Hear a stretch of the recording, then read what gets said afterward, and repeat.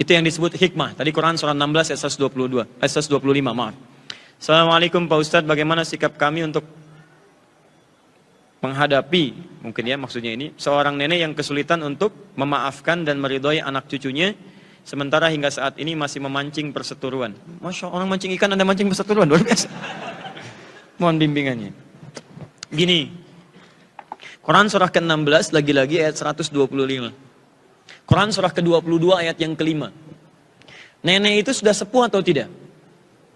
Disebut nenek umumnya kalau sudah punya cucu. Tapi kalimat yang kedua disebut nenek kalau sudah mencapai usia tertentu. Dia ada hukum dengan cucunya, ada hukum dengan usia tertentunya. Nah biasanya fase kehidupan itu diurai di Quran. Surah ke-22 ayat yang kelima. Surah Al-Hajj ayat yang kelima. Ada tipikal orang yang ketika melalui masa-masa ini, sekalipun dia belum punya cucu, tapi masuk ke dalam masa ini. Apa masa yang dimaksudkan? Ini indah sekali. Dari masa kandungan, kemudian dibentuk, kemudian terlahir, dan berkembang. Sampai yang disebut dengan ila arzalil umuri. Masa pikun. Atau lemah usia. Lemah usia ini, awas hati-hati. Ketika Quran menyebut dengan lemah usia, menggunakan kalimat arzal. Arzal itu bukan hanya menunjuk usia, tapi lebih menunjuk juga kepada sifat-sifatnya. Lihat sini. Lemah, usia lemah. Lemah menunjuk sifat kurang matang dalam berpikir. Kurang matang dalam bersikap. Kalau anak belum balik, lemah atau kuat? Lemah. Bahkan ketika lahir belum bisa jalan. Lemah fisiknya. Bahkan ketika bergerak belum bisa berdiri. Lemah dia merangkaknya. Dia lemah dia berdirinya. Belum bisa berlari. Bisa berlari belum bisa. Bisa berjalan belum bisa berlari. Bisa berlari tapi kadang-kadang kurang hati-hati. Lemah. Lemah daya fikirnya, belum bisa bedakan mana yang berbahaya, mana yang tidak.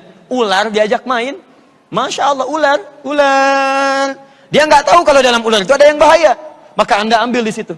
Saya punya keponakan Pak, sepupu. Luar biasa, cerdas, kecil, tapi unik anaknya.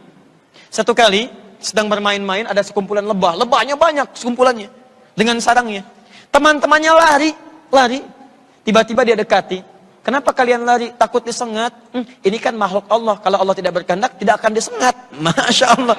Ini makhluk Allah. Kalau tidak berkehendak, tidak akan disengat. Mau dia pegang. Ibunya begitu melihat, langsung diambil. Langsung diambil.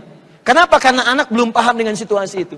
Bisa ngompol di mana saja. Bisa mengecewakan ibunya. Perhatikan. Kalimat itu untuk mewakili semua sikap disebut dengan arzal. Namanya arzal. Arzal.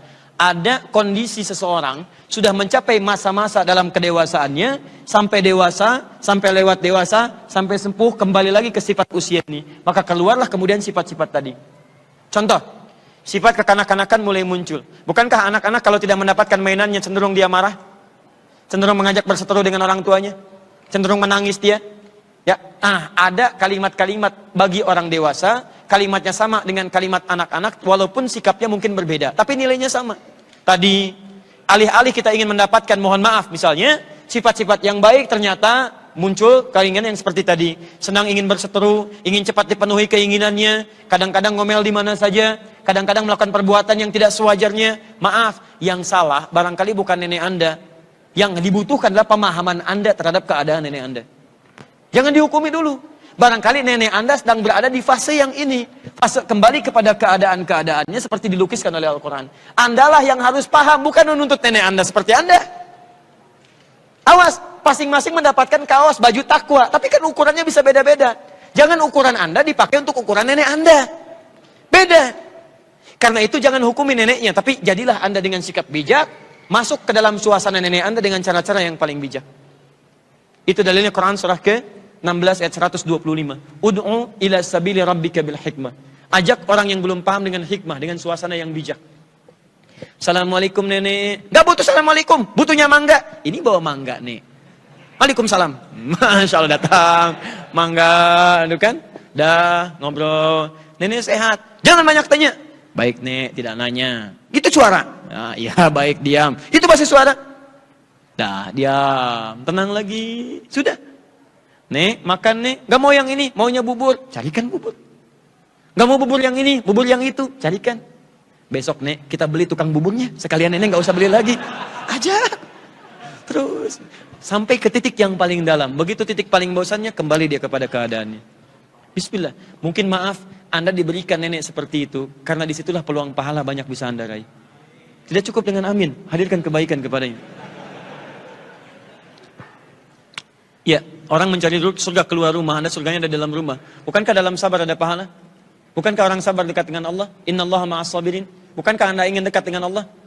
Kalau ingin dekat dengan Allah, Anda perlu sabar. Sabar bersanding dengan musibah. Wa basyiris sabirin. Quran surah 2 ayat 155. Nah, musibah Anda ada di rumah Anda. Ya kan? Hadapi itu dengan baik. Terima dengan baik. Ketika Anda sabar, mungkin disitulah surga Allah ingin berikan kepada Anda.